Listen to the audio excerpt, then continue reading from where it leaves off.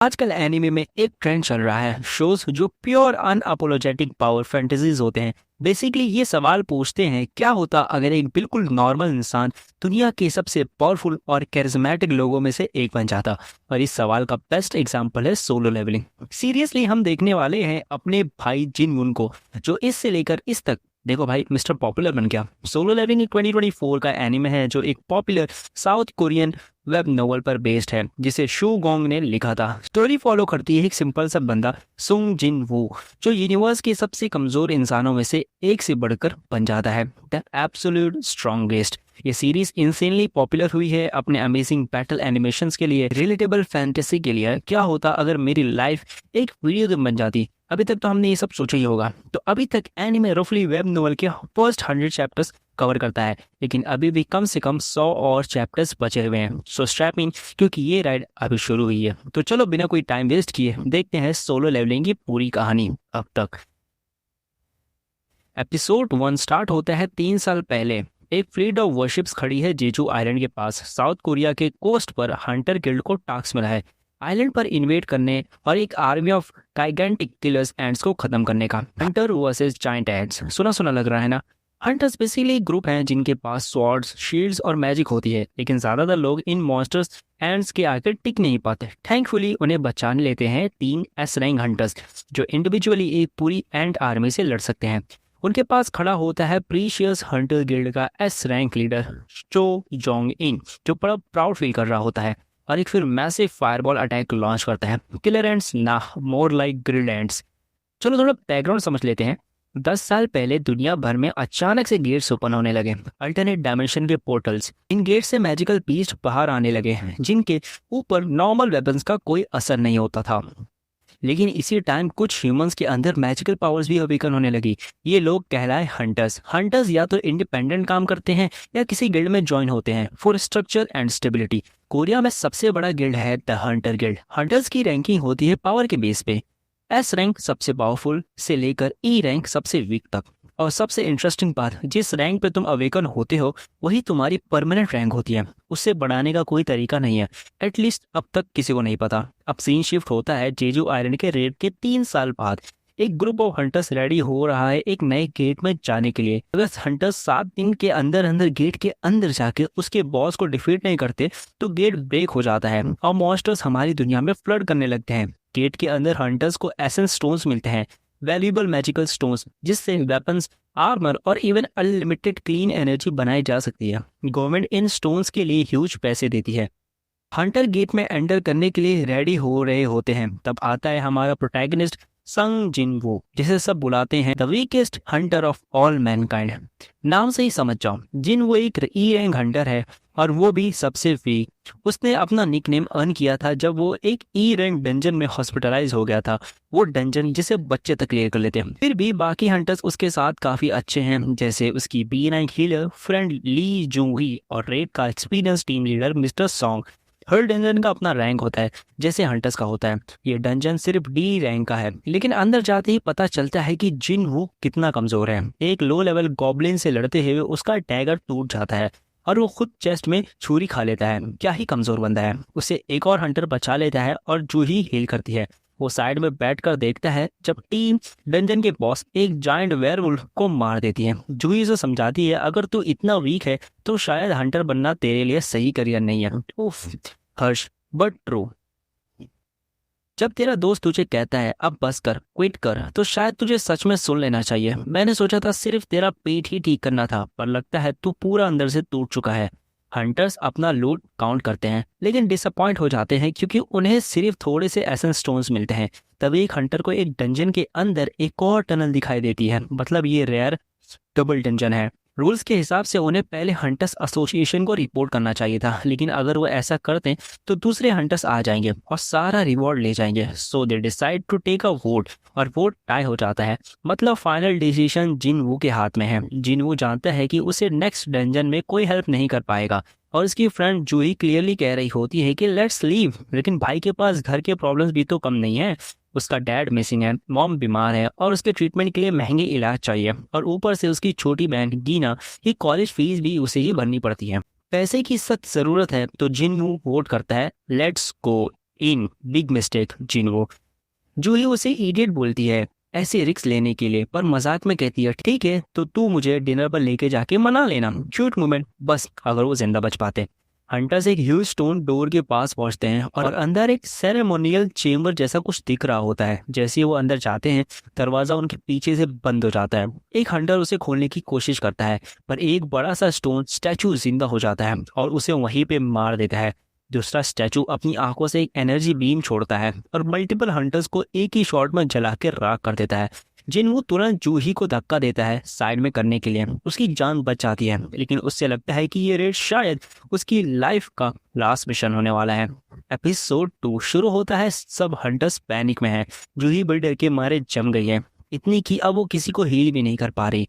Miss healer अब खुद helpless हो गई है। टीम लीडर मिस्टर सॉन्ग का एक हाथ पहले ही जा चुका है, लेकिन बंदा सॉलिड लीडर है। वो अपने दर्द को साइड में रखकर सबको शांत करने की कोशिश करता है। वो ऑब्जर्व करता है कि स्टैचू तब अटैक करता है जब कोई मूव करता है, तो सबको मोशनलेस रहने को कहता है।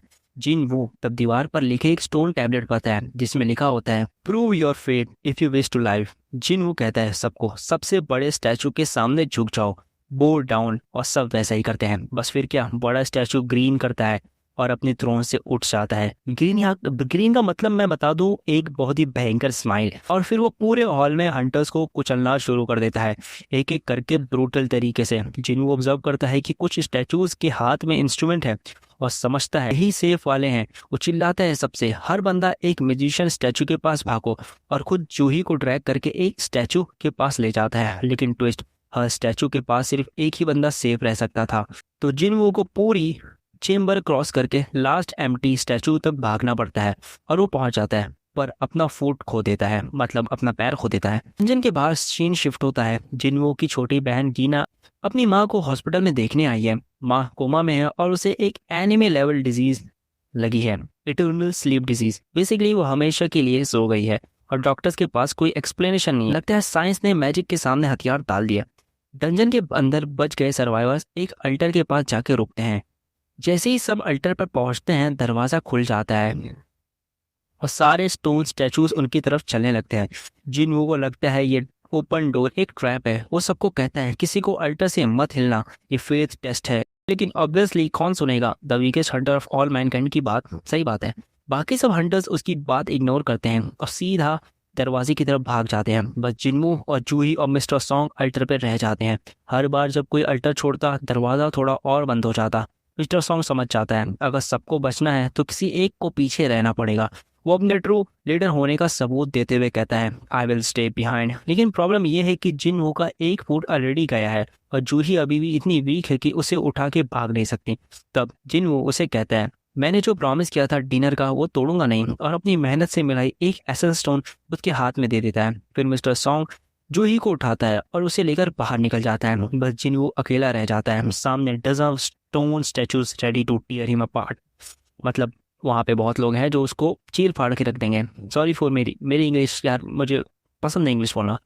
स्टैचूज जिन पे अटैक करते हैं वो उसे टॉर्चर और म्यूटिलेट करते हैं, और जिन वो खुद से नफरत करता है, अपनी कमजोरी पे कर्ज करता है। उसका टूटा खून से भरा हुआ बॉडी अल्टर के ऊपर गिरता है। तभी एक अजीब सा ब्लू बॉक्स उसके सामने पॉप अप होता है। उसमें लिखा होता है would you like to become a player. दूसरा ऑप्शन बेसिकली मर जाओ पेनफुली। तो भाई ऑब्वियसली यह दबा देता है।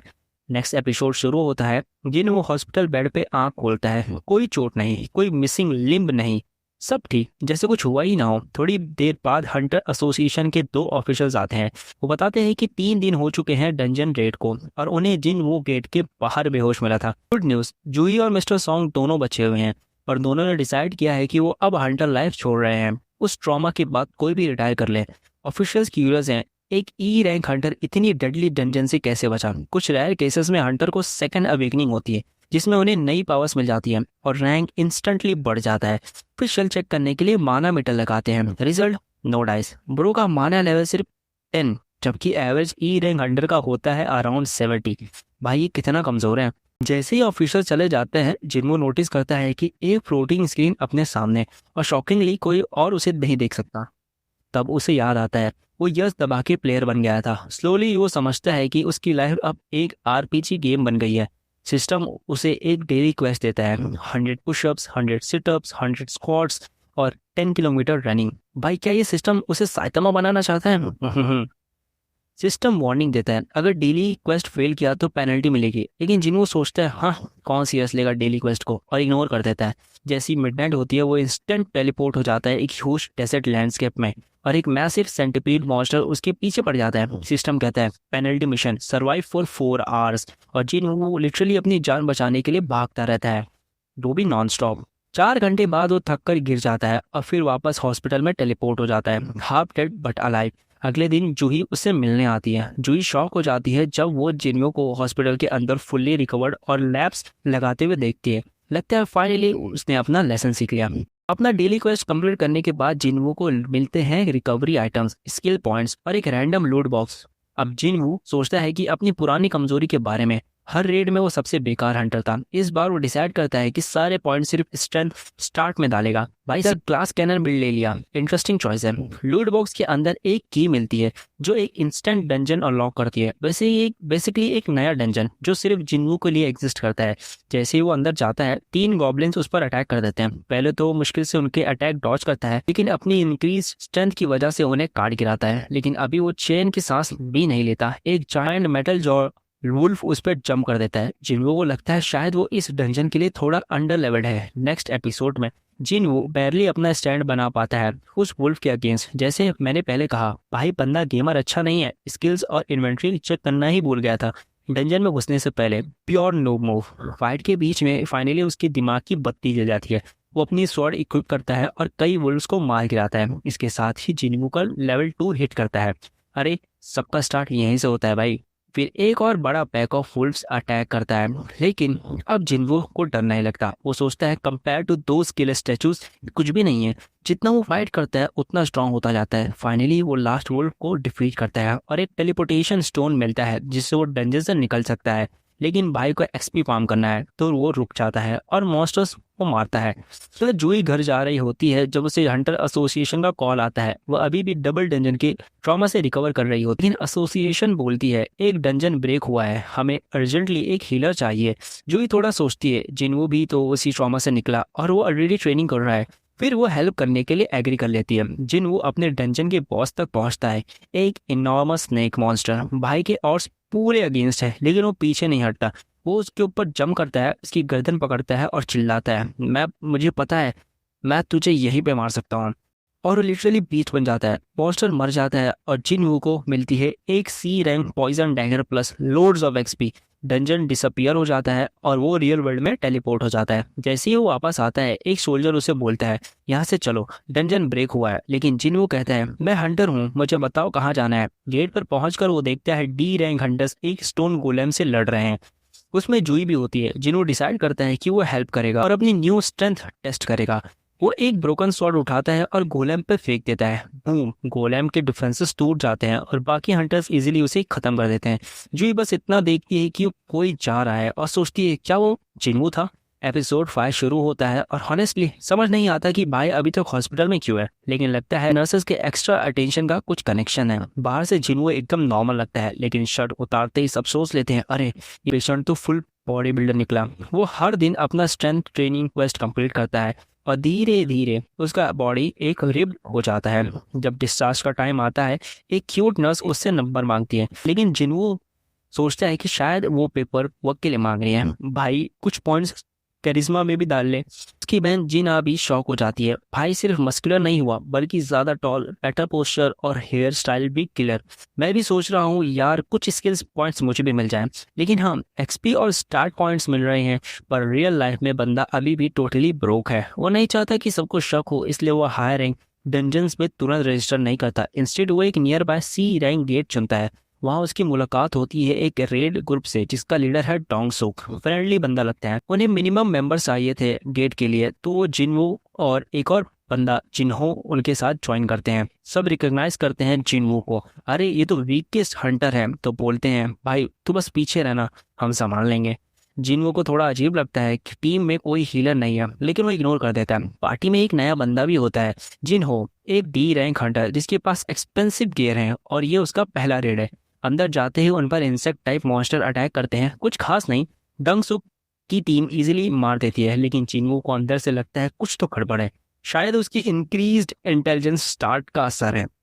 थोड़ी देर बाद वो बॉस के लेयर तक पहुंचते हैं और एक ह्यूज कैवन फील्ड विथ माना क्रिस्टल्स होता है। वो डोंग सुक बोलता है, तुम दोनों जिन्हू और जिन्हो को यही रुक जाओ, हम माइनिंग टूल्स लेने जा रहे हैं। जैसे ही वो जाते हैं ये हरामी लोग केव इन करवा देते हैं, पूरा एंट्रेंस कोलैप्स कर देते हैं और बॉस एक जायंट स्पाइडर मॉन्स्टर जाग जाता है। इन लोगों ने सोचा था कि दोनों लोगों को मारकर ज्यादा लूट मिल जाएगी, गलत। ई रैंक से पंगा ले लिया भाई ने। जिन वो अपना पॉइजन डैगर निकालता है और स्पाइडर के सामने खड़ा हो जाता है। जिन वो अब इतना फास्ट है कि वो स्पाइडर के अटैक्स डॉज कर सकता है, लेकिन उसके अटैक स्पाइडर को ज्यादा डैमेज नहीं कर रहे हैं। उसका फटीग स्टैट भी बढ़ता जा रहा है। लेकिन जिन वो के पास डेली क्वेस्ट से मिले हुए रिकवरी आइटम्स का पूरा स्टॉक होता है। स्पाइडर का किलिंग ब्लो लगने के से पहले वो हील कर लेता है और फुल एचपी पे आ जाता है। फिर वो अपना डैश स्किल यूज करता है और स्पाइडर के ऊपर जंप करके उसे वीक पॉइंट पर पॉइजन डैगर से अटैक करता है। उसके हिट से स्पाइडर पर पैरालाइज और ड्रेन डिफब्स लग जाते हैं। मॉन्स्टर गिर जाता है और जिन्हो कुछ और लेवल्स गेन करता है। जिन्हो ये सब देखकर शॉक हो जाता है। उसे लगता है जिन्हो कोई फेक रिंगर है, मतलब वो हंटर्स जो अपना रैंक झूठा बताते हैं ताकि उनसे कमजोर लोगों को मारने का मजा ले सके। अब जिन्हो लिटरली जिन्हो से इतना डर जाता है कि वो उसे बॉस बुलाने लगता है। थोड़ी देर बाद डोंग सुक और उसकी पार्टी वापस आती है और देखकर हैरान हो जाती है कि ये दोनों अभी भी जिंदा हैं। उन्हें लगता है कि जिन्हो ने अपने एक्सपेंसिव गियर से स्पाइडर बॉस को मार गिराया। डोंग सुक फिर बोलता है, ठीक है जिन्हो, अगर तू जिन्हो को मार दे तो हम तुझे जिंदा छोड़ देंगे। लेकिन जिन्हो अपने नए बॉस के खिलाफ बिल्कुल नहीं चाहता। पार्टी उन दोनों के पास बढ़ती है, तभी जिन्हो के सामने एक अर्जेंट रिक्वेस्ट पॉप होता है, किल द 6 ह्यूमंस और your heart will stop beating. जिन्हो सोचता है ठीक है भाई, पर रिवॉर्ड्स क्या मिलेंगे। इसी बीच पार्टी का एक मेज पावरफुल ब्लास्ट मारकर जिन्हो को केव के वॉल से टकरा देता है। लेकिन जिन्हो शांत होकर उठता है, धूल झाड़ता है और सीधा उनकी तरफ चल पड़ता है। उसके चेहरे पे बस एक एक्सप्रेशन होता है, यही मेरा स्ट्रांग होने का रास्ता है। कुछ सेकंड्स के अंदर एक बंदे का सर उड़ गया, दूसरा 2 टुकड़े में, और पूरी पार्टी कुछ ही पल में खत्म।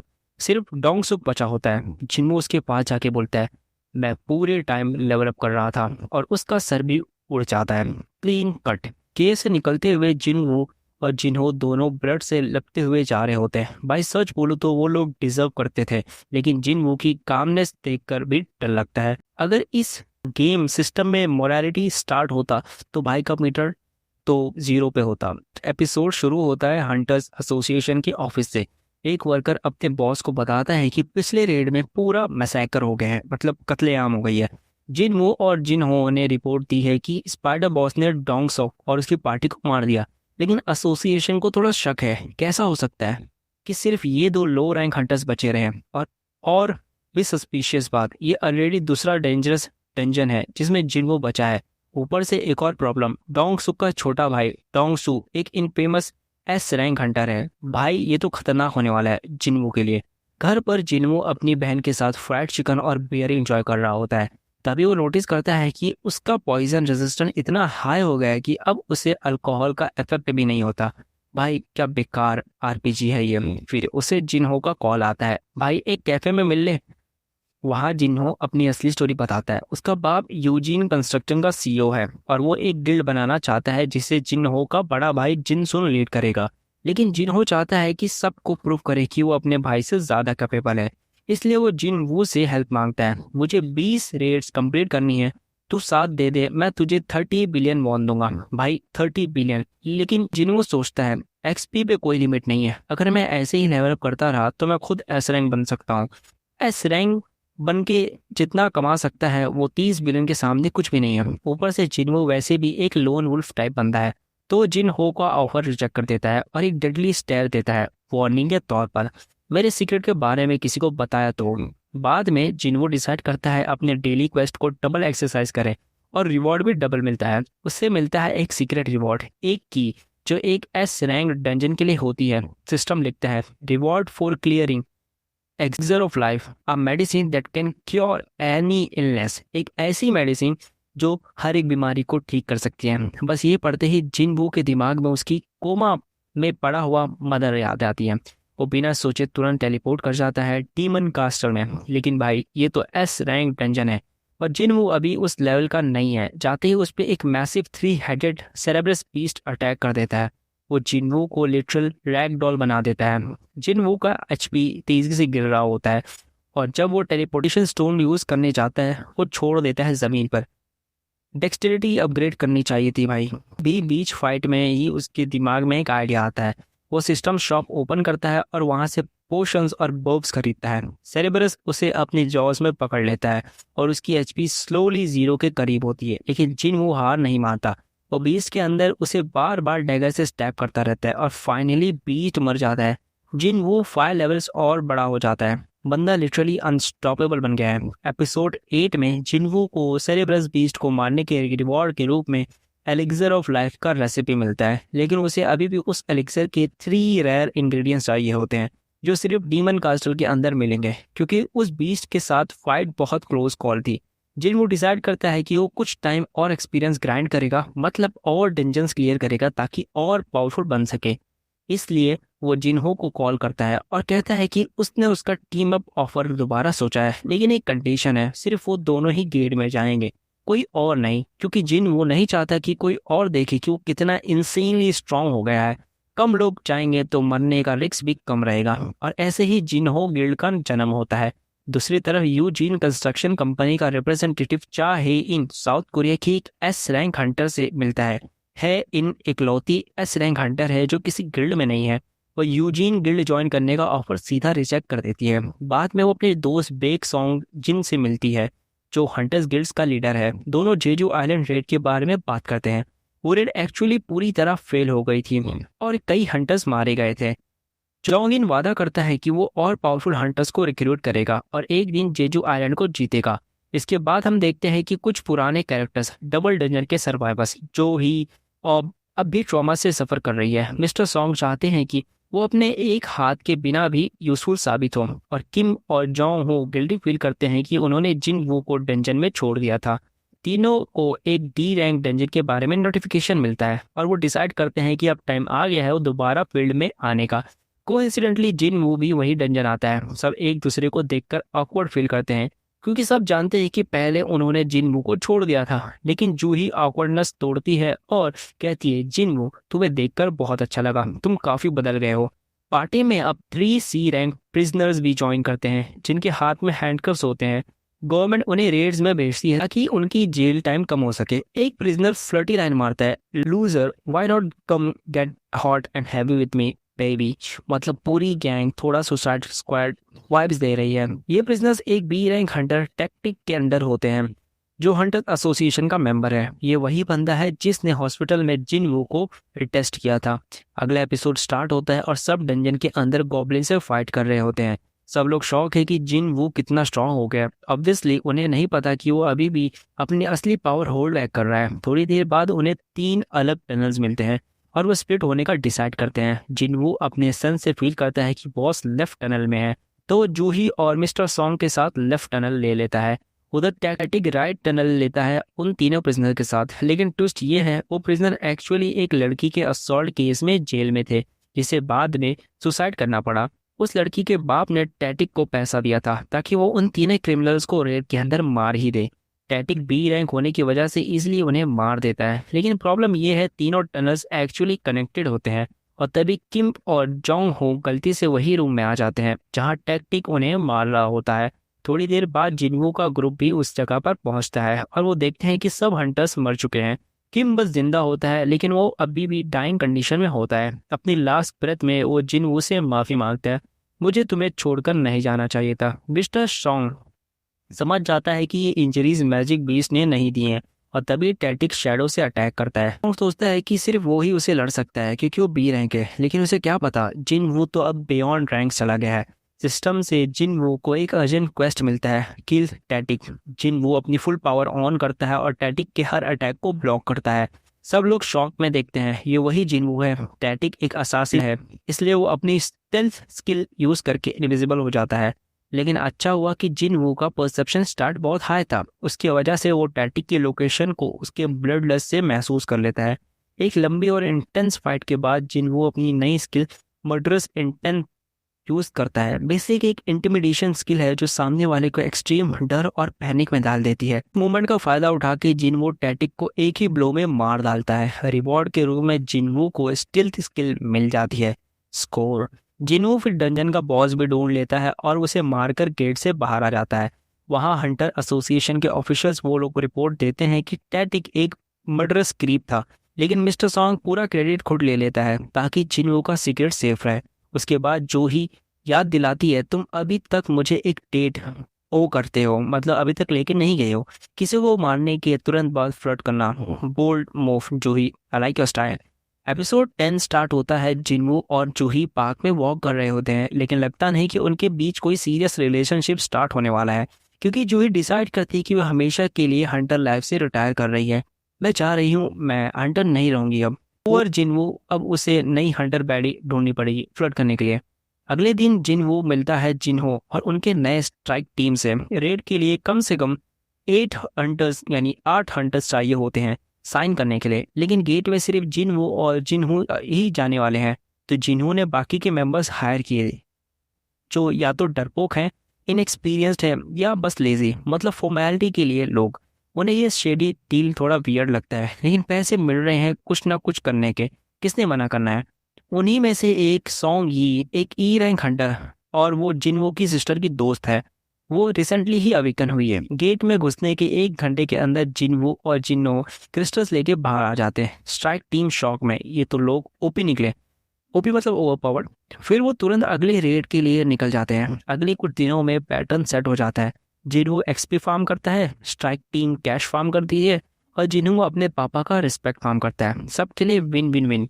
कुछ समय बाद जिन्हो लेवल 40 पर पहुंचता है और सिस्टम से नोटिफिकेशन मिलता है, जॉब चेंज क्वेस्ट अनलॉक्ड, मतलब अब उसे एक स्पेशलाइज्ड क्लास मिल सकती है जिससे उसके पास और ज़्यादा पावरफुल एबिलिटीज अनलॉक होंगे। दूसरी तरफ एक top guild white tiger guild जिनवू पर नजर रखने लगती है। उनका मैनेजर सांग मिन रेड रिपोर्ट्स देख रहा होता है और रियलाइज करता है कि जिनवू ने 3 डेंजरस एनकाउंटर सर्वाइव किए हैं बिना किसी एक्सप्लेनेशन के। वो समझ जाता है कि जिनवू का सेकंड अवेकनिंग हुआ है। आन उसे रिक्रूट करने की कोशिश करता है और जिनवू से डबल पेमेंट का ऑफर देता है, लेकिन जब वो जिनवू से मिलता है, जिनवू अपनी नई स्टिल स्किल यूज करता है, लिटरली हवा में गायब हो जाता है। फिर इसके पीछे से कहता है, तुम ज्यादा टांग घुसा रहे हो मैनेजर आंग। आन बोलता है, मैं बस ऑब्जर्व कर रहा था। जिनवू, पीछे मत मुड़ना ब्रो। अब एपिसोड 1 वाला हेल्पलेस जिनवू गया, ये तो फुल डार्क प्रोटैगनिस्ट मोड में आ गया है। एपिसोड 11 जिनवू जंगल के अंदर चला जाता है और अपना जॉब चेन क्वेस्ट को एक्सेप्ट करता है। सिस्टम बताता है कि ये क्वेस्ट के एंड में उसे एक नई स्पेशलाइज्ड क्लास मिलेगी जिससे उसकी स्ट्रेंथ नेक्स्ट लेवल पर चली जाएगी। वो टेलीपोर्ट होता है एक कास्टल के अंदर और एक वार्निंग मिलती है, recovery items are forbidden during this quest. अब फाइट होनी है रॉ पावर और स्किल के दम पर। जिनवू वहाँ नाइट्स, असासिन और मेजेस से लड़ता है, लेकिन अब उनमें से कोई भी उसके सामने टिक नहीं पाता। Literally one man army vibes. और बीच फाइट के जिनवू अब फाइनली अपना गियर स्क्रीन चेक करता है। क्लासिक जिनवू टाइमिंग, वो एक B rank armour setup equip करता है, और सबसे कूल पार्ट ये है कि वो इनविजिबल आर्मर है, मतलब बफ्स मिल रहे हैं लेकिन कुछ हैवी पहना हुआ नहीं लगता। Okay, this system is officially broken. सब मिनियंस को हराकर जिनवू एक मैसिव डोर खोलता है जो कासल के थ्रोन रूम में जाता है। वहां उसका अगला अपोनेंट वेट कर रहा होता है, कमांडर इग्रिस द ब्लड रेड, और वो अब तक के सबसे पावरफुल एनिमी होने वाला है। जिनवू समझता है कि उसका डैगर इग्रिस के आर्मर को छेद नहीं पा रहा, तो वो अपने हाथों से लड़ने लगता है। इग्रिस ये देखकर अपने हथियार नीचे रख देता है। अगर तू बिना वेपन के लड़ना चाहता है तो ठीक है। जिनवू बोलता है, डैम, माफ करना कमांडर इग्रिस, मैं तुम्हारे गेम से फेमिलियर नहीं था। फिर इग्रिस उसे एक के बाद एक पंच मार के धूल चढ़ा देता है। थोड़ी देर में जिनवू का एचपी लो हो जाता है और वो इग्रिस के थ्रोन के पास गिर जाता है।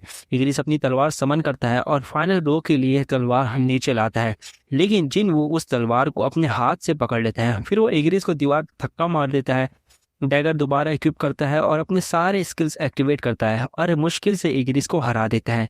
रिवॉर्ड मिलता है एक एस रैंक हेलमेट, बहुत सारा गोल्ड और एक्सपी, और एक नया स्किल रूलर्स हैंड जो चीज़ों को दिमाग से मूव करने देता है। लेकिन क्वेस्ट अभी खत्म नहीं हुआ है। सिस्टम बोलता है, survive as long as you can, और एक के बाद एक नाइट्स टेलीपोर्ट होने लगते हैं। जिनवू ऑलरेडी थका हुआ होता है, सिर्फ 5 मिनट में ही उसका स्टेमिना खत्म होने लगता है और वो अपना टेलीपोर्टेशन स्टोन गिरा देता है। फिर से भाई, इतना पावरफुल बंदा इतना डम कैसे हो सकता है। सीजन फिनाले यहाँ स्टार्ट होता है। जिनवू बेर हाथों से नाइफ्स को धुआं धुआं कर देता है। उसके हाथ खून से भर जाते हैं और फटीक लिमिट पर पहुंच जाता है। उसके दिमाग में पुरानी आवाजें गूंजने लगती हैं, तू कभी स्ट्रांग नहीं था, गिव अप कर दे। एक नाइट उसे दबा देता है, तलवार से मारने ही वाला होता है। तभी लक के चमत्कार से क्लॉक में 12 बज कर आते हैं। जिन्होंने अपना डेली क्वेस्ट नहीं किया था, इसलिए सिस्टम में उसे पेनल्टी जोन में टेलीपोर्ट कर देता है। ये होता है बिना लक स्टैट में एक भी पॉइंट डाले। पेनल्टी जोन में वो अपनी रिकवरी आइटम्स और शॉप एक्सेस करता है, एक नया डैगर खरीदता है जो आर्मर टाइप्स के खिलाफ सुपर इफेक्टिव होते हैं, और रूलर्स हैंड स्किल भी इक्विप करता है। मतलब अब वो चीज़ों को दिमाग से हिला सकता है। टाइम खत्म होने के बाद वो वापस कास्टल में टेलीपोर्ट होता है, इस बार फुल पावर में। फिर वो नाइट्स को घंटे तक पीटता है जब तक जॉब चेंज क्वेस्ट खत्म नहीं हो जाती। सिस्टम फाइनली उसका नया क्लास बताता है, नेक्रोमैंसर। जिन्हों शॉक में, क्या असासिन या बर्सरकर एक्सपेक्ट कर रहा था, ये क्या दे दिया।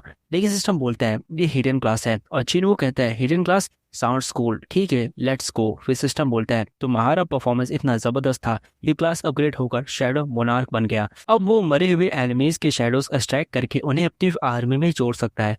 जिन्हों इग्रिस और उसके सोल्जर्स को शैडोज से निकालता है और पूरी शैडो आर्मी उसके आगे घुटने टेक देती है। भाई नेक्रोमेंसी तो फुल बैडएस निकली। Meanwhile hunter association Jeju island raid के लिए प्रिपेयर कर रही होती है। इस बार वो सोच रहे होते हैं कि शायद एंड्स को फाइनली हरा देंगे। एक team of S rank including guild master Baek Yoonho और शोई जोंग इन आइलैंड पर लैंड करते हैं। जाते ही उन्हें शॉक लगता है, एंड्स अब इवॉल्व हो गए हैं और उनके विंग्स आ गए हैं। भाई कोई और आइलैंड ढूंढ लो ना वेकेशन के लिए, ये जरूरी है क्या। सीजन 2 एक काम सीन से स्टार्ट होता है। जिनू अपनी सिस्टर जीना के पेरेंट टीचर मीटिंग में गया है। टीचर बताती है कि जीना की दोस्त सॉन्ग ही स्कूल आना बंद कर चुकी है क्योंकि वो एक हंटर बन गई है। टीचर कहती है कि जिनू उससे बात करें। जिनू बोलता है ठीक है, मैं उससे एक छोटी राइड पे ले जाता हूँ। क्या बात है भाई, अच्छा भाई होने के साथ साथ दूसरी लड़कियों का भी ख्याल रखता है। दूसरी तरफ वांग डोंग सू यूएस का एस रैंक हंटर कोरिया आ चुका होता है अपने भाई डोंग सुक की मौत का बदला लेने। वो ओपनली बोलता है मैं जिनवू और जिन हो दोनों को मार दूंगा। इलीगल बात है लेकिन एस रैंक है, कौन रोके। बाद में जिनवू और सॉन्ग यी एक सी रैंक रेड पर जाते हैं जो व्हाइट टाइगर गिल्ड के साथ होती है। लेकिन जैसे ही वो गेट के अंदर जाते हैं और रेड गेट बन जाता है। रेड गेट मतलब डंजन अल्ट्रा हार्ड होगा और बॉस के मरने तक कोई बाहर नहीं जा सकता। पार्टी पहले ही एक हंटर को खो देती है। सॉन्ग ही बहुत डर जाती है लेकिन जिन वू प्रॉमिस करता है मैं प्रोटेक्ट करूंगा। फिर पार्टी दो टीम्स में स्प्लिट होती है, एक जिनवू के साथ एक किम चू ए रैंक टैंक के साथ। मुझे पता है मैं किस टीम में चाहता। मैं जिनवू अपनी टीम के लिए फर कोट्स खरीदता है, फायर लगाता है और अपनी शैडो आर्मी समन करता है। फिगरीज और उसके सोल्जर्स सारे आइस बियर्स को मार देते हैं बिना जिनवू के कुछ करे। फिर जिनवू उन बियर्स के शैडो एक्सट्रैक्ट करता है और अब उसके पास और भी शैडो बीस्ट है। लगता है ये आरपीजी गेम अब ऑटो बैटलर बन गया। डोंग सू ये सब सुन के और गुस्सा होता है। मैं चाहता हूँ कि जिनवू जिंदा निकले ताकि मैं खुद उससे मारूं। भाई समझ जाओ जितना ज्यादा चैलेंज देते हो उतना ही वो स्ट्रांग होता जाता है। नेक्स्ट एपिसोड में डोंग सू कहता है कि उसे यकीन नहीं कि जिनवू ने उसके भाई को मारा होगा, सिर्फ किसी को मारने का रीजन ढूंढ रहा है। वो व्हाइट टाइगर गिल्ड के एस रैंक बिग यूनहो से भी लड़ने लगता है लेकिन अर्जेंट काम के चक्कर में निकल जाता है। एक और लकी ब्रेक जिनवू के लिए। मीनवाइल ए टीम का हाल खराब है, पूरी टीम आइस एल्ब से मार दी जाती है। सिर्फ किम चू बचता है और भाग के जिनवू के कैंप तक पहुंचता है जहां सब लोग पर कोट्स पहने बैठे हैं, बियर मीट रोस्ट कर रहे होते हैं। चू गुस्सा हो जाता है और अपने टीममेट्स पर ही अटैक करता है। जिनवू एक ही पंच में उसे बेहोश कर देता है ताकि असली प्रॉब्लम पे ध्यान दे। बॉस आ गया है, बॉस के साथ एक पूरा आर्मी ऑफ आइस एल्व्स भी होती है। बॉस जिनवू से बात करता है, दोनों को शॉक लगता है। सिस्टम की वजह से जिनवू अब उनकी लैंग्वेज फ्लुएंटली बोल सकता है। आइस एल्फ लीडर अपना नाम बताता है, बारका। वो जिनवू को कहता है हर मैजिक बीस्ट के दिमाग में एक आवाज होती है जो उसे ह्यूमंस को मारने के लिए कहती है, लेकिन वो आवाज मुझे तुझे मारने के लिए नहीं कह रही, मतलब तू इंसान नहीं है। फिर बारका एक डील देता है, अपने साथियों को दे दे मैं तुझे जिंदा छोड़ दूंगा। लेकिन जिनवू मना कर देता है और अपनी शैडो आर्मी समन कर देता है और बस ऑल आउट बैटल शुरू हो जाती है। एल्व्स और जिनवू के नाइटमेयर स्क्वाड के बीच। लड़ाई के बीच में किम शू होश में आता है और जिनवू पर अटैक करता है लेकिन इग्रिस बीच में आकर एक ही ब्लो में उसे खत्म कर देता है। जिनवू फिर उसका शैडो एक्सट्रैक्ट करता है और एक मॉन्स्ट्रस टैंक बीस्ट मिलता है जिसका नाम रखता है आयरन। बारका बहुत टफ निकलता है, जिनवू का अब तक का सबसे डेंजरस अपोनेंट। लेकिन आयरन और इग्रिस के हेल्प के साथ वो स्टिल्थ मोड ऑन करता है और एक फैटल स्टेप मार देता है। बारका डाउन। जिनवू ट्राई करता है उसका शैडो एक्सट्रैक्ट करने का और सिस्टम बोलता है फेल्ड। टारगेट्स लेवल 2 है तो बारका का टैगर और कुछ एक्सपी लेके खुश हो जाता है। गेट से बाहर निकलने के बाद सॉन्ग ये बोलता है मैं अब और भी ज्यादा हंटर बनना चाहती हूँ। और जिनवू सोचता है, अरे ये तो उल्टा पड़ गया। नेक्स्ट एपिसोड, जिनवू और उसके शैडोज बॉयज दोबारा डंजन ग्राइंड कर रहे होते हैं। जिन हो के साथ वो अपने लेवल और स्किल्स बढ़ा रहे हैं, डीमन कास्टर्स मिशन के लिए प्रिपेयर करते हुए। रात में दोनों थोड़ा चिल करते हैं, थोड़ा ड्रिंक श्रिंक, और दोनों कन्फेस करते हैं कि अब वो एक दूसरे को दोस्त नहीं भाई मानते हैं। नेजुको का भाई तांजीरो को अब एक राइवल मिल गया है। फिर जिन वो डीमन कास्टर के अंदर जाता है, जहाँ सिस्टम उसे बोलता है एलेक्सर ऑफ लाइफ बनाने के इंग्रेडिएंट्स कलेक्ट करो, नया क्वेस्ट 10,000 डीमंस मारो। वो कर लेता है और तब एक डोर ओपन होती है नेक्स्ट फ्लोर की, और हर फ्लोर पर 10,000 और डीमंस, टोटल 100 फ्लोर्स। भाई ये बंदा यहाँ काफी टाइम स्पेंड करेगा, लेकिन उसकी शैडो आर्मी की वजह से काम तेज हो जाता है। फ्लोर 75 तक वो पहुंचता है और 3 में से 2 इंग्रेडिएंट्स मिल जाते हैं। लगता है अब वो अपनी मॉम को जल्दी वापस ला पाएगा। मीनवाइल अमेरिका में एक जंगली लुकिंग आदमी एक गेट से निकलता है। उसका नाम है हुआन है। वो कहता है कि वो 10 साल से एक डंजन में फंसा हुआ था। डोंग सू को बुलाया जाता है उसे इंटेरोगेट करने के लिए। हुआन उसे वार्न करता है, गेट्स और मैजिक बीस्ट बस एक छोटी वार्निंग है, आगे एक बड़ा विनाश आने वाला है। और फिर वो कहता है, मेरी एक वाइफ और एक बेटा है जिसका नाम है जिनवू। डोंग सू हंसकर कहता है, तेरा बेटा मर चुका है। और कुछ टाइम बाद डिटेंशन सेंटर पूरा तबाह मिलता है। हुआन एस्केप कर चुका है और डोंग सू को किसी ने बुरी तरीके से हरा दिया है। भाई ये फैमिली प्योर मॉन्स्टर्स निकली। एपिसोड 4, जिनवू इतना हाई लेवल हो गया है कि अब नॉर्मल डेंजर्स के लिए कुछ भी नहीं। वो डिसाइड करता है अब ए रैंक और ऊपर के रेड्स ज्वाइन करने का टाइम आ गया है, और हंटर असेसमेंट दोबारा देने चाहता है। मशीन उसका पावर मेजर करने के लिए कोशिश करती है, लेकिन वो इतना पावरफुल होता है कि वो मोनोमीटर ही ब्रेक डाउन हो जाता है। सिस्टम बोलता है power level out of range, मतलब जिनवू अब एक एस रैंक बन गया है। Guild masters Choi Jongin, hunter gate और बे यूनहो व्हाइट टाइगर्स दोनों उसे रिक्रूट करने आते हैं, लेकिन जिन वो सबको इग्नोर कर देता है। इवन चेयरमैन गो गुनही, जो एक टाइम पे लेजेंडरी हंटर था, ऑफर देता है, पर जिन वो बोलता है नहीं, मैं अपना ग्राइंड ही करता रहूंगा। एसोसिएशन बोलती है एक हफ्ते बाद आओ री असेसमेंट के लिए, लेकिन जिन वो इम्पेशेंट है, उसके पास वेट करने का टाइम नहीं, और वो A rank dungeon mining team join कर लेता है और सीक्रेटली अंदर जाके बॉस रूप तक पहुंच जाता है।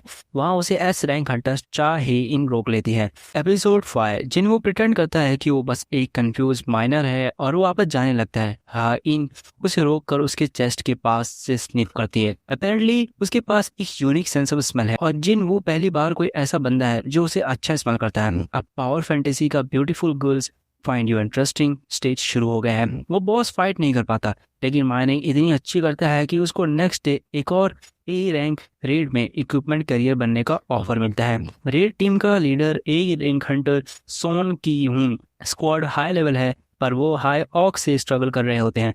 जिन वो स्टील्थ मोड ऑन करके उन ऑक्स को एक एक करके कमजोर करता है।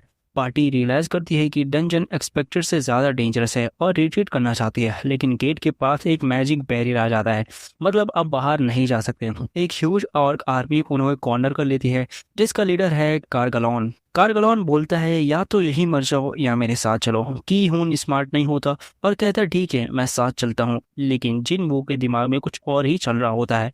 बाहर हा इन सस्पिशियस होती है और गेट के अंदर उसका पीछा करती है, या शायद उसे दोबारा स्मेल करना चाहती है। नेक्स्ट एपिसोड, ऑर्क बेस के अंदर कारगलॉन बताता है कि उसने हंटर्स को इसलिए बुलाया है ताकि वो उन्हें टॉर्चर करके अपने लोगों को खिलाए। की हुन ही एक लौता बंदा होता है जो डर के बावजूद चार्ज करता है, लेकिन कारगलॉन टेलीकाइनेसिस का यूज से जमीन पर पटक देता है। जिन वो आगे बढ़ता है, कहता है तुम लोग भागो, इनका काम मैं संभालता हूँ, और अपना नया स्किल यूज करता है, मोनार्क डोमेन, जो उसके सारे शैडोज को 50% पावर बूस्ट देते हैं। पहले जिनवू के शोल्डर्स आउट नंबर्ड होते हैं, लेकिन हर बार जब वो ऑर्क को मारते हैं, जिनवू उसका शैडो एक्सट्रैक्ट करके अपनी आर्मी में जोड़ लेता है। तब हाइन और हंटर एसोसिएशन के ऑफिशियल्स वहां पहुंचते हैं और देखते हैं कि जिनवू और उसकी शैडो आर्मी कारगलॉन को तबाह कर रही है, और कुछ ही देर में कारगलॉन खुद एक शैडो सोल्जर बन जाता है, जिसका नाम रखा जाता है टक्स। भाई अब तो जिनवू की शैडोज फुल बीस्ट मोड में है। नेक्स्ट एपिसोड स्टार्ट होता है। जिनवू दोबारा हंटर एसोसिएशन जा रहा होता है अपने एस रैंक रीअसेसमेंट के लिए। वो कुछ भी होल्ड नहीं कर पाता और अपनी शैडो आर्मी के साथ अपनी इंसेन फिजिकल एबिलिटीज दिखाता है। एक फेमस एक्टर जो रिसेंटली अवेकन हुआ है, वो प्रेस कॉन्फ्रेंस दे रहा होता है बाहर, लेकिन जैसे ही पता चलता है कि एक नया एस रैंक हंटर आया है, रिपोर्टर्स तुरंत जिन्वू के आसपास मॉब कर देते हैं। पूरे देश में जिन्वू के फ्रेंड्स शॉक में है कि उसके ट्रू पावर देख के। जिन्वू एक मैजिक शॉप जाता है और अपना सारा अनयूज्ड गियर बेच के और हायर रैंक गियर खरीदता है। वो कुछ शैडो सोल्जर्स घर पे छोड़ देता है कीना को प्रोटेक्ट करने के लिए, और बाकी 25 फ्लोर्स डीमन के कासल को कंप्लीट करने के लिए वापस चला जाता है। शैडोज बॉयज अब ज्यादा काम कर लेते हैं और जिन्वू खुद सिर्फ हर फ्लोर के बॉस के साथ फाइट करता है। फ्लोर 80 पे वो आर्मर्ड बॉस को मारने ही वाला होता है जब एक फीमेल वॉइस आर्मर के अंदर से बर्सी मांगती है। वहीं जेजू आइलैंड के पास एक कोस्टल टाउन में एक फ्लाइंग एंड बीस्ट ह्यूमंस पे अटैक करना शुरू करता है। ये डैम एंड्स। एपिसोड 8 में फ्लोर 80 का बॉस अपना हेलमेट उतारता है और एक यंग डीमन वुमेन रिवील होती है, एसर, जो डीमन नोबिलिटी के फैमिली की प्रिंसेस है। वो जिन कू से कहती है अगर वो उसकी लाइफ बचा ले तो वो उसे इस फ्लोर का की दे सकती है और ऊपर फ्लोर्स के कीज के लोकेशन भी बता सकती है। और हाँ, काफी हैंडी है। अभी अपनी न्यू डीमन गाइड के साथ जिन्वू एक्सप्लोर करना कंटिन्यू करता है और एसएल से मैजिक फीस्ट के बारे में इन्फो लेने की कोशिश करता है। एसएल बताती है कि सब मॉन्स्टर्स पहले डीमन रियल में रहते थे और एक दिन डंजन्स में ट्रांसपोर्ट हो गए, लेकिन सिस्टम उसे ग्लिच कर देता है और वो ज्यादा नहीं बोल पाती। वहीं हंटर्स एसोसिएशन को रिपोर्ट्स मिलती है कि एंड्स ज्यादा अग्रेसिव हो रहे हैं और वो जेजू आइलैंड रेड के लिए अपना प्लान रैंप अप कर देते हैं। इस बार जापान के हंटर्स एसोसिएशन भी कोलैबोरेट कर रहे हैं, जो अपने 10 एस रैंक्स बेच रहे हैं। इवेंचुअली जिन्वू फाइनल फ्लोर पर पहुंचता है और डीमन किंग बैरॉन से फेस टू फेस होता है, एक इम्पोजिंग नाइट जो व्हाइट ड्रैगन पर राइड कर रहा है। ये battle shadow monarch versus demon monarch absolute insane होती है। बैरॉन जिन्वू के स्ट्रॉन्गेस्ट शैडो सोल्जर्स को इजीली मार देता है। एसएल डिसाइड करती है कि वो अपनी ही पीट्रे करे और बैरन को ध्यान डाइवर्ट करे, जिससे जिन्वू को एक मौका मिलता है कि वो डीमन किंग से आर्म्स तोड़ दे अपनी रॉ स्ट्रेंथ से। फाइट खत्म हो जाती है जब जिन्वू एक अपर कट से बैरन का सर तोड़ देता है, जो क्लाउड्स को भी पार्ट कर देता है। Demon कास्टल cleared. एपिसोड 9 में जिन्वू ने सारे इंग्रेडिएंट्स कलेक्ट कर लिए हैं एलिक्सर ऑफ लाइफ के लिए, लेकिन मॉम को वेट करना पड़ेगा थोड़ा और, क्योंकि जिन्वू को अपनी ड्रैगन सोल एक्सट्रैक्ट करनी है। वो अपनी न्यू ड्रैगन वॉरियर का नाम केसले रखता है और एक नई क्लास एबिलिटी अनलॉक करता है जिससे वो इंस्टेंटली अपने शैडोज के साथ स्विच कर सकता है। भाई और ओवरपावर्ड हो ही सकता है क्या। जिन्वू जल्दी से अपनी मॉम के हॉस्पिटल रूम जाता है और एलेक्सर उसके गले में डालता है। मिरेकलसली काम कर जाता है और जिन्वू की mom first time in years wake हो जाती है। वो अपने बेटे से कहती है कि कितना बड़ा हो गया और कितना प्राउड करती है। जिन्वू फिर टीयर्स में ब्रेक हो जाता है। कीना हॉस्पिटल बुलाई जाती है और एक ब्यूटीफुल फैमिली रियूनियन होता है। चेयरमैन गो जिन्वू को हंटर एसोसिएशन बुलाता है और जेजू आइलैंड रेड ज्वाइन करने के लिए कहता है। जिन्वू समझता है कि ग्रेट अपॉर्चुनिटी है लेवल अप करने के लिए, लेकिन अब जब उसकी ने अपनी मॉम को सेव कर लिया है तो उसे पता ही नहीं वो अब फाइट क्यों कर रहा है। Saving peoples from giant killer and seems like a good reason. तभी जापान के एस रैंक हंटर्स अराइव करते हैं और उनका स्ट्रॉन्गेस्ट मेंबर गिल्ड मास्टर बूतू प्रपोज करता है एक friendly free for all sparring match between Japan and Korea. अगर जापानीज जिन्वू नहीं है कहीं तो मैं बेट लगाता हूँ कि कौन जीतेगा। नेक्स्ट एपिसोड शुरू होता है जब हंटर्स दोनों कंट्रीज के फुल पावर से फाइट करते हैं। Japanese S ranks quickly prove करते हैं कि वो कोरियन काउंटर पार्ट्स के बराबर पावरफुल है। हिन एक मार्क्ड हंटर को इंजेक्ट कर देती है जिससे वो स्नैप करता है और उसे रियल हर्ट करने की कोशिश करता है। जिन्वू स्टेप इन करता है और सिर्फ अपने फोर आर्म के एक मैसिव ब्लो ब्लॉक करता है, stopping the fight. Goto impressed होता है और जिन्वू को एक 1-on-1 फाइट के लिए चैलेंज करता है, जो जिन्वू एक्सेप्ट करता है अंडर कंडीशन की गोतो भी होल्ड बैक ना करे। जापान का स्ट्रॉन्गेस्ट हंटर ऑफेंड हो जाता है, लेकिन जल्द ही वो रीजन समझ जाता है कि जिन्वू की कॉन्फिडेंस का। जिन्वू उसके फास्ट अटैक्स इजीली डॉज कर लेता है और टॉन्ट करता है, लेकिन दोनों फुल पावर पे रीच करने से पहले बाकी एस रैंक फाइट रोक देते हैं। स्टॉप टीजिंग अस भाई, मैं एस रैंक को ऑल आउट देखना चाहता था। आइलैंड पे एंड क्वीन सेलिब्रेट कर रही है कि उसका strongest soldier and king finally born होने वाला है। सीरियसली मेजर देजा वो लग रहा है। स्पेयरिंग मैच के बाद जिन्वू डिसाइड करता है कि बाकी 15 S ranks Jeju island handle कर लेंगे। वो घर रहना चाहता है अपनी मॉम के साथ जो 4 साल से कोमा में थी, पर ये काफी रीजनेबल है। Next day joint operation finally start होता है। A rank hunters battle ship पे स्टेशन होते हैं और आइलैंड को सराउंड कर लेते हैं, जबकि एस रैंक मेनलैंड पर हेड करते हैं और टेंशन और बढ़ जाती है क्योंकि पूरा मिशन लाइव वर्ल्ड के सामने स्ट्रीम हो रहा है। प्राइमरी स्ट्राइक टीम में एलिगेंट हिन गिल्ड मास्टर जोंग यिन और युनहो, एस रैंक हीलर बांग यू, टैंग डोंग वुक और आर्कर ट्यू प्लस एक सिविलियन कैमरामैन जो प्रोबेबली पूरे सीरीज का ब्रेवेस्ट कैरेक्टर है, मतलब सबसे हिम्मतदार कैरेक्टर है। टीम डायरेक्टली एंड टनल्स में जाती है क्वीन को ढूंढने के लिए। वहीं Japanese Hunter easily shoulders and से डील कर रहे हैं, लेकिन फिर बिना वार्निंग के एक जापानीज एस रैंक ब्लिंक के ब्लिंक में भी हेडेड हो जाता है। ओह, लगता है किंग आ गया। एक जैपनीज एस रैंक हंटर एक ही बार में बीहेड मतलब उसका गला कट जाता है। एपिसोड 11 में जापानीज हंटर एक एक करके मार दिए जाते हैं किसी ऐसे चीज के द्वारा जो इतनी फास्ट है कि देखना भी मुश्किल है और फाइट का चांस भी नहीं मिलता। इस बीच कोरियन टीम क्वीन को ढूंढ लेती है और उसके रॉयल गार्ड्स की अगेंस्ट टफ फाइट के लिए प्रिपेयर कर रही होती है। ह्यूमन टैंक डोंगवुक मैसिव साइज में बढ़ जाता है। Jong in huge fireball attacks launch करता है शुरू कर देता है और यूनहो वेयरवुल्फ में बदल जाता है क्योंकि हाँ ये उसका काम है। क्वीन बहुत टफ है लेकिन बॉक यूंग की टॉप टायर हीलिंग की वजह से स्ट्राइक टीम अटैक करते रहती है जब तक ओपोनेंट फाइनली मार नहीं दिया जाता। पूरी कोरिया में लोग सेलिब्रेट करने लगते हैं लेकिन शायद थोड़ा जल्दी ही किंग एक terrifying lightning fast black and वापस नेस्ट पर आता है और अपनी फॉलन क्वीन को नोबडी के पास जाता है और गुस्से में चिल्लाता है और हंटर्स पर अटैक कर देता है। एक ही ब्लो में उनको इधर उधर उड़ा देता है।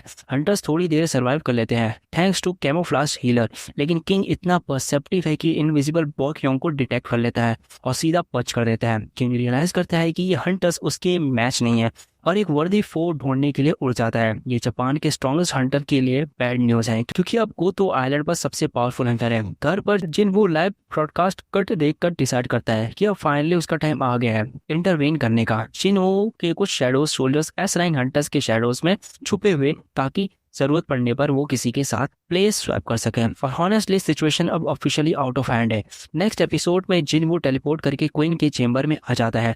इंजर्ड एस रैंक सरप्राइज होते हैं जब OPM MC health potions distribute करता है जो सब पे काम करते हैं एक्सेप्ट हिम जिसके एचपी बहुत लो है और ब्लॉक यूंग जो ऑलरेडी डेड है और गोतो भी मार दिया जाता है पहले ही, इसलिए उसकी ट्रू स्ट्रेंथ देखने का चांस नहीं मिलता। किंग अपनी नई पावरफुल प्रेजेंस सेंस करता है और चेंबर में वापस आता है।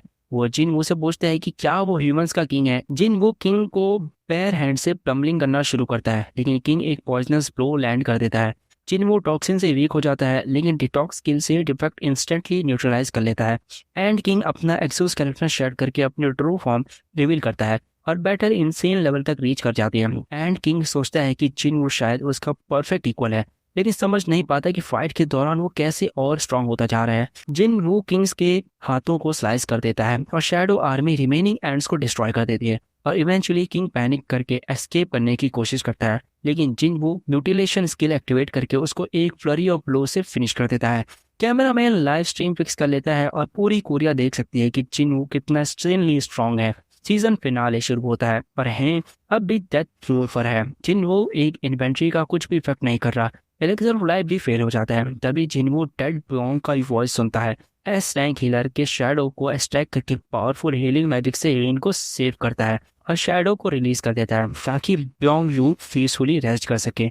किंग और क्वीन के डेथ के बाद बाकी एंड्स पैनिक में आइलैंड से एस्केप करने की कोशिश करते हैं। जिनवू एंड किंग का शैडो एक्सट्रैक्ट करके अपना स्ट्रॉन्गेस्ट सोल्जर बनाता है और उसका नाम बीरू रखता है, पहला शैडो जो बोल भी सकता है। वो जिनवू बीरू को बाकी एंड्स डिस्ट्रॉय करने भेजता है और बीच में जिनवू लेवल 100 हिट कर लेता है। चाइना का स्ट्रॉन्गेस्ट हंटर भी ग्लिम्स में आता है।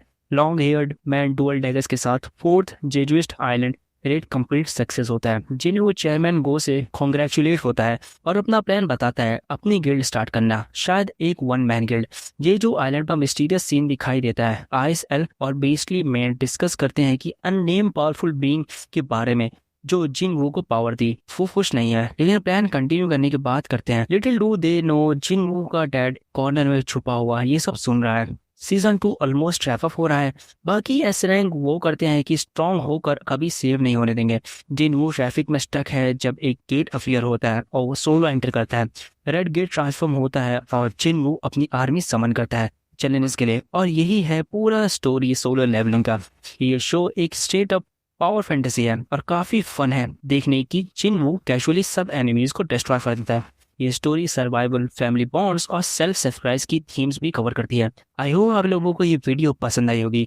तो अगर आप लोगों को ये वीडियो पसंद आई है तो प्लीज लाइक कर देना। मैंने पूरी सोलो लेवलिंग एक ही वीडियो में एक्सप्लेन करती है और नेक्स्ट एनीमे भी मैं जल्दी लाऊंगा। तो प्लीज इस वीडियो को ज़्यादा से ज़्यादा सपोर्ट करना और इस वीडियो को हाइप भी कर देना। मिलते हैं नेक्स्ट वीडियो में, तब तक के लिए बाय बाय।